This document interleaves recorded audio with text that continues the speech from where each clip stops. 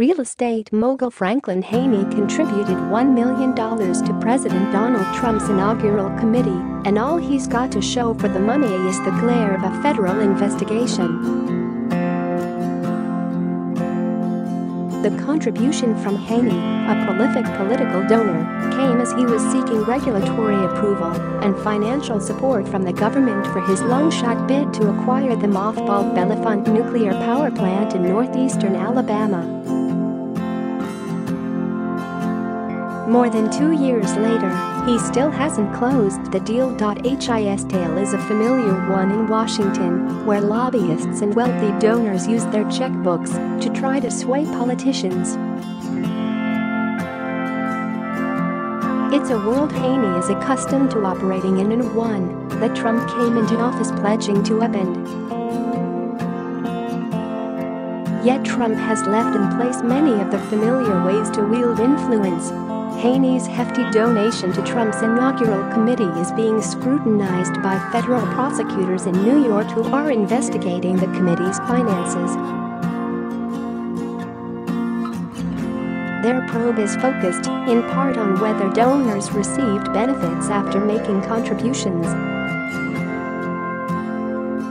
Trump's former personal attorney, Michael Cohen, has given prosecutors information regarding Haney, his son and business associate, Frank Haney Jr., and the nuclear plant project, according to a person familiar with what Cohen told the authorities.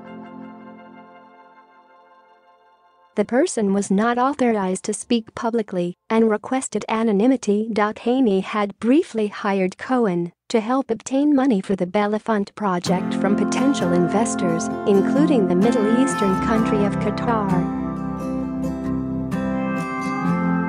Cohen is now serving a 3-year prison sentence for tax evasion, lying to Congress, and campaign finance violations. Haney and his attorney did not respond to interview requests. Prosecutors also are examining whether foreigners unlawfully contributed to the committee.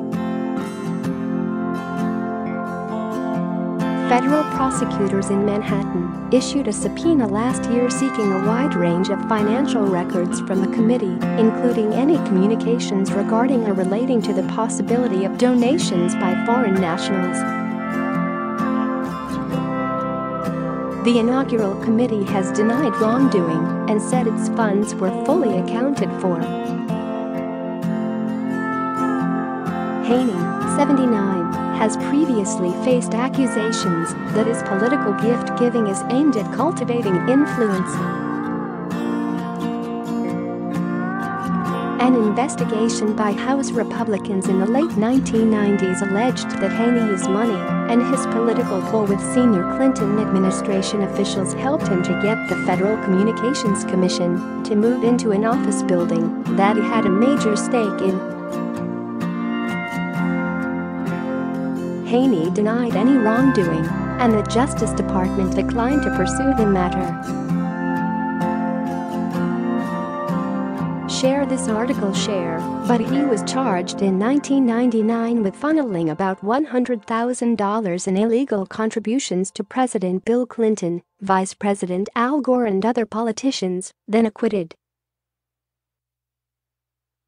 A federal prosecutor described Haney as a sophisticated fundraiser who hoped to impress potential business clients with his access to elected officials like Clinton and Gore.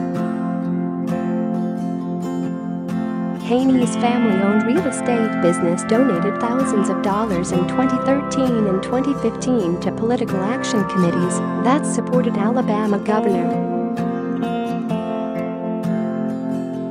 Robert Bentley, who later recommended that the nuclear plant Haney wanted to buy be put up for sale. Haney also contributed to a nonprofit created to promote Bentley's agenda. The Republican governor resigned in 2017 as he faced impeachment proceedings after an alleged affair with an aide. In addition to the investigation into Haney's contribution to the Trump Inaugural Committee, Haney is in an unrelated legal battle with the nuclear plant's owner, the Tennessee Valley Authority. Another Haney company, Nuclear Development LLC, has filed a lawsuit in federal court accusing the TVA, the nation's largest public utility, of illegally blocking the plant's sale to him at the last minute. The utility has argued it couldn't complete the transaction because Haney failed to get the Nuclear Regulatory Commission's approval for transfer of the construction permits. A tentative Bellefonte sale in November 2016 involved 2 partially constructed nuclear reactors and the supporting cooling towers, several other buildings and more than 1,000 acres of land on the Tennessee River. Haney put down $22 million and had until November 2018 to complete the $111 million sale. On November 29, the day before the sale was to be closed, the TVA scrapped the deal, declaring that Haney's company had not yet secured regulatory approval as required by the Atomic Energy Act. Haney filed a breach of contract lawsuit in early April, about 5 months after Nuclear Development submitted its application for transfer of the construction permits. The Regulatory Commission staff told the company it needed to submit more technical details before it could proceed. Edwin Lyman, a nuclear power expert at the Union of Concerned Scientists, said the response reflected skepticism about whether Haney's company is serious about or capable of actually undertaking this project or just wants to put the license in its pocket for purposes unknown. But Lyman added the 5-member Nuclear Regulatory Board is dominated by Trump appointees and may not want to be seen by Congress, and the Trump administration is throwing up roadblocks to a nuclear power expansion. Haney's Nuclear Development Company also has applied to the U.S. Energy Department for financing assistance on the project.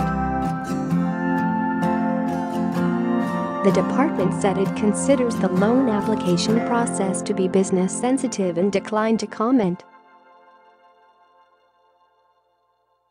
Stephen Smith, executive director of the nonprofit Southern Alliance for Clean Energy, said Haney faces too many technical and financial hurdles to overcome. For example, Bellefonte's never completed nuclear reactors are decades old and are of a unique design that has never received an operating license in the U.S. before. He compared Bellefonte to a Ford Pinto, a 1970s-era vehicle with serious engineering flaws. Smith said it's extraordinarily unlikely Bellefonte will be a